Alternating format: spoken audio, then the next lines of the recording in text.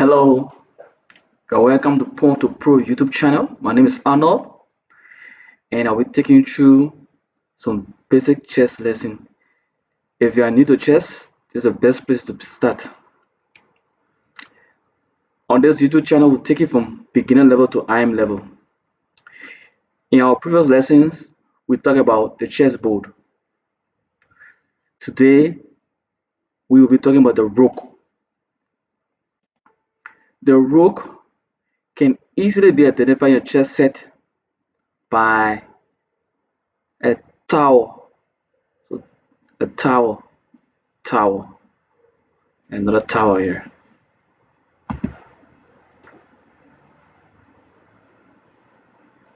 This is a rook. In a game of chess, the rook moves vertically along files and horizontally along ranks.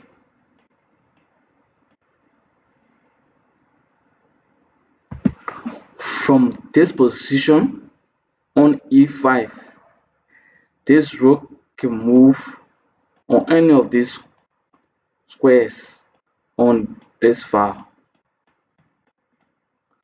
And from the same position on e5, this rook can move horizontally on these ranks. Here is another rook on c6.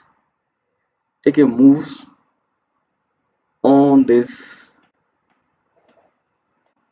vertical file or this horizontal ranks. So you can choose to move the rook one square or three or four squares. If there is no piece hindering it, one of its own piece can hinder it. But if it's an opening piece, it could capture that piece.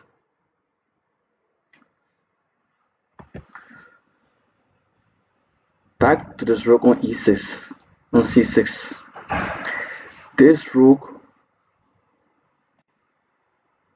can now move from c6 to h6 because it is hindered by its own piece. Now this rook can now move from c6 to c1 because there's an opening piece here. So we say the rook capture its opening piece on c4. So you see, when the rook captures its opening piece, it replaces the piece in a square or the position the piece was in. Another example of rook movement. The rook on c4 can move horizontally to a4 or vertically to c1. Now, the rook, as I said, cannot jump over another piece. So, if this rook want to move to e or c8, you have to come this way, go this way, and go this way. Why? Because its own piece was obstructing it. On the other hand, if this rook want to move to h4, we have an opening piece here, so it move this way and capture the opening piece and then move to this place. But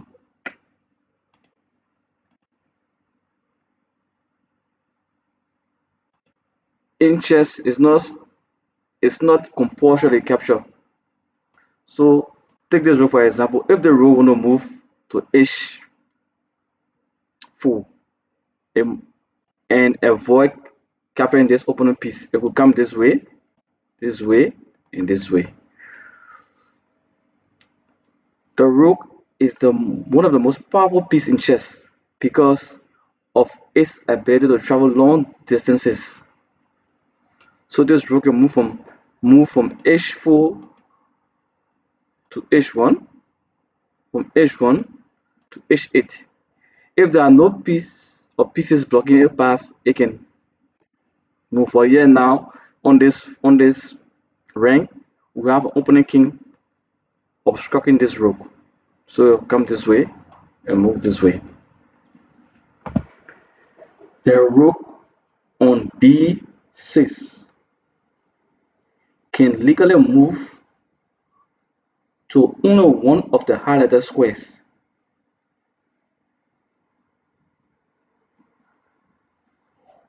Move the rook to that square. This is just a drill. Now, if we try to move this rook to this square, which is g6, it's being obstructed by its own bishop. So this square is out of it. The rook cannot legally move to this square directly. It must come to b1 and move here. The only square the rook can move to legally directly is this square.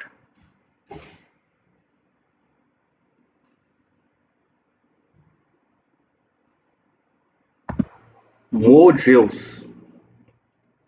Now the board has a lot of pieces on it, and that's how a typical chess game will go. There are a lot of highlighted squares on the boards. Only one rook can legally move to a highlighted square. Again, only one of the rooks can legally move to a highlighted square.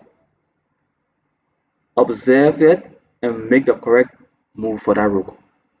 So let's go over it together again. There are a lot of highlighted squares located on the chessboard, and there are rooks on the chessboard as well. Our aim in this drill is to find a legal move for a rook, any rook, whether white rook or black rook, on one of these highlighted squares. So first thing, we identify the highlighted squares. One, two, three, 4, 5, 6. 6 highlighted squares. The next thing, we identify rooks on a chessboard. So there's a rook on a8. There's another rook on c2. There's another rook on f1. There's another rook on e6. Now, we have identified the highlighted squares. We have identified the various rooks on a chessboard. Now, the drill is that you should identify which rook can move to one of these highlighted squares legally. So we'll start with the rook on f1. Rooks move vertically and horizontally. So if we move this rook this way and this way, there is no highlighted square in this rook path. There's a highlighted square here, but then it's being obstructed by its own piece, so this rook cannot legally move to this square. So this rook is out of the equation. And that's how chess players analyze. So you go step by step. The next rook on c2. This rook, how does this rook move, or how does rook move? It moves vertically and horizontally. So if we check the vertical movement this way, there's a highlighted square here, but it's being obstructed by an opening piece. So this rook cannot legally move to this square except it captures this piece. So this rook is out of the equation. Let's go to this rook on e6. How does rook move? Vertically and horizontally. So as we check this rook path vertically, there are no highlighted squares on this rook path. Horizontally, there are no highlighted squares on this rook path. So this rook is out of the equation. The last rook on a8. Rook move horizontally and vertically. If we move this rook on this path, There are no hazardous squares here. If we move this rook vertically, there's a hazardous square here. So this rook will be the one that will move to the square. Correct. More drills. So we're trying to create your chess vision, or the vision of your how you see things on a chessboard. So again, we have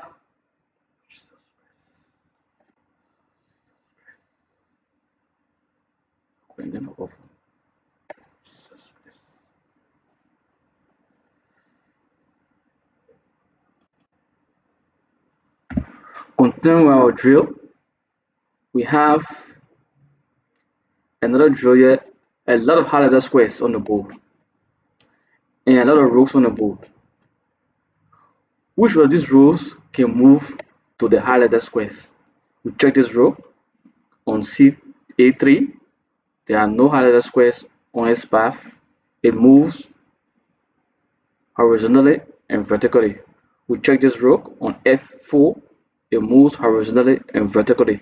There are no highlighter squares on its path. We check this rook.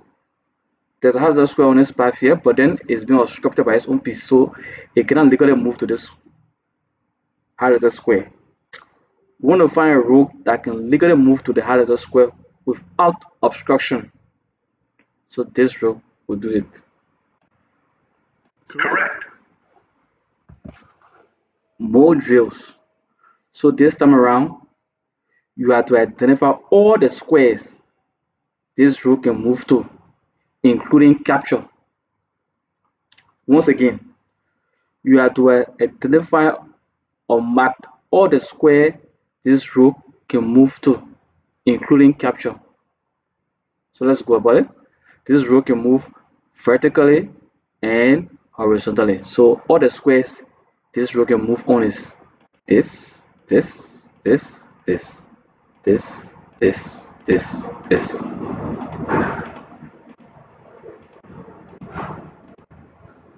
That's it.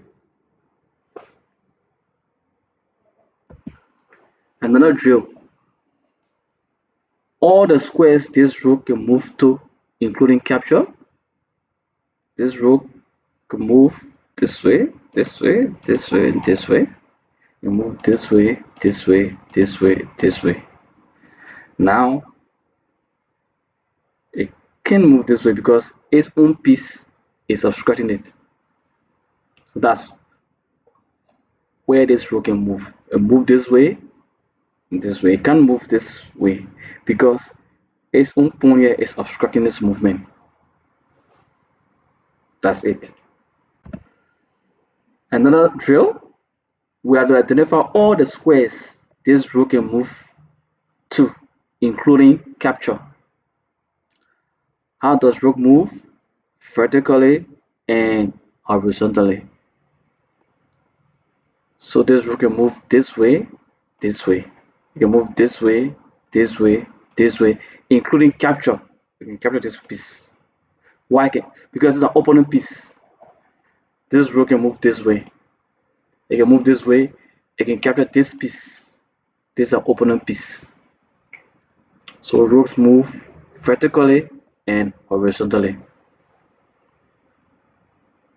That's it. Now, this is another drill. This time around, we are using the white rook on D1 to capture all the black pawns. This is a black pawn on the board on every move. Only white will be allowed to play. The black pieces will not move. Let's go over again. This time around, this drill will be using the white rook to capture all the black pawns on the board. The black pawns will not move. So how do we go about it? Rooks move vertically and horizontally. So we are capturing only pawns. So this rook will move here. Correct. This rook will move here.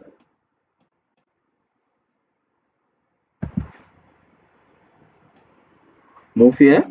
Correct.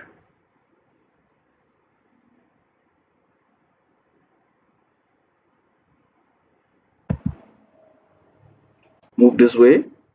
Correct.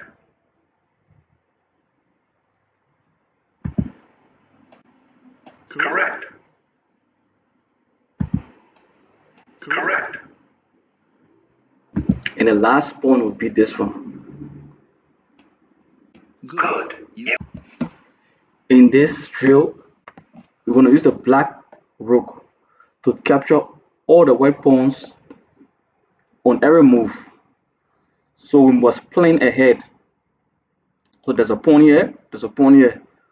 But rooks move vertically and horizontally. So there's no way this rook can capture this pawn. This is diagonally. So we'll move this rook to this first pawn this way. So this rook can move all this way and capture this pawn. Correct. So this one is in our sight.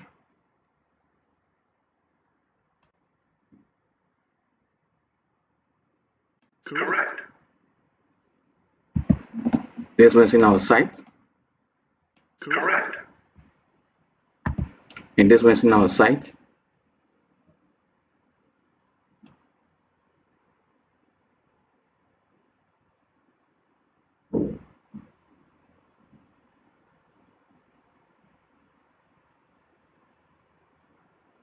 Correct.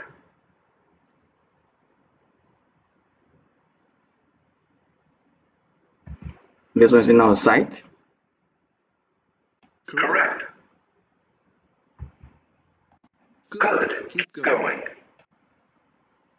Correct. Good. You got them all. Now in this drill, we are going to identify one of the rooks that can capture an opponent piece. An opponent piece. Now, this is not a pawn, a piece. So we identify a rook on this board that can capture an opponent piece. So let's start with this rook on A6. How does rook move? It moves vertically and horizontally. So this rook on his vertical path here, there's no opponent piece that it can capture. So it goes this way, its infinite piece. It goes this way, its infinite piece. So this rook is cancelled out. The next rook we'll test is this rook. Rooks move vertically and horizontally. So there are no opponent piece on this rook path that it can capture. So this rook is ruled out. Go to the next rook. This rook. How does rook move again?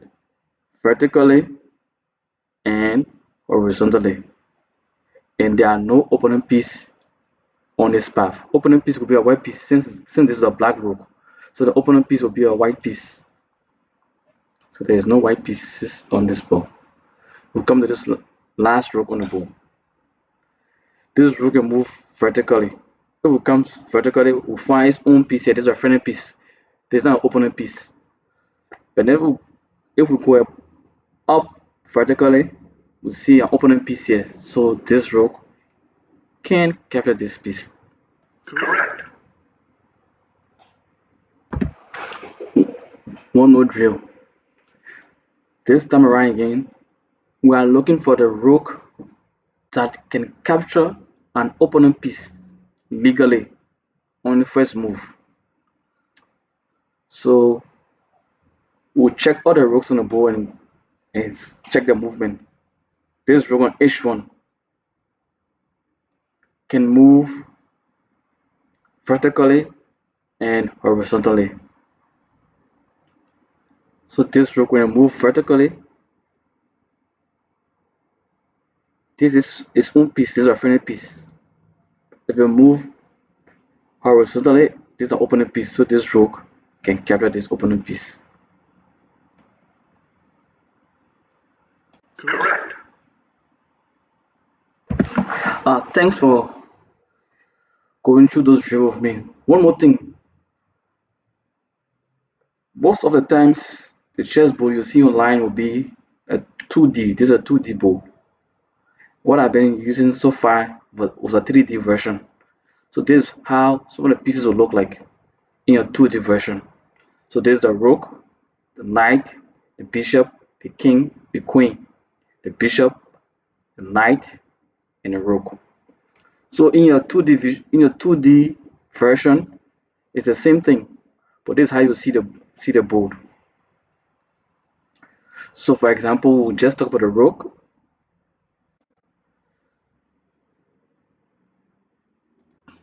So this is how the rook will be like in your 2D version, and the rook will move this way, this way, this way, this way. So sometimes, or most times, on the computer, this is how you see the chessboard looks like. So thanks for watching. Like, subscribe, and see you next time for the night movement. See ya.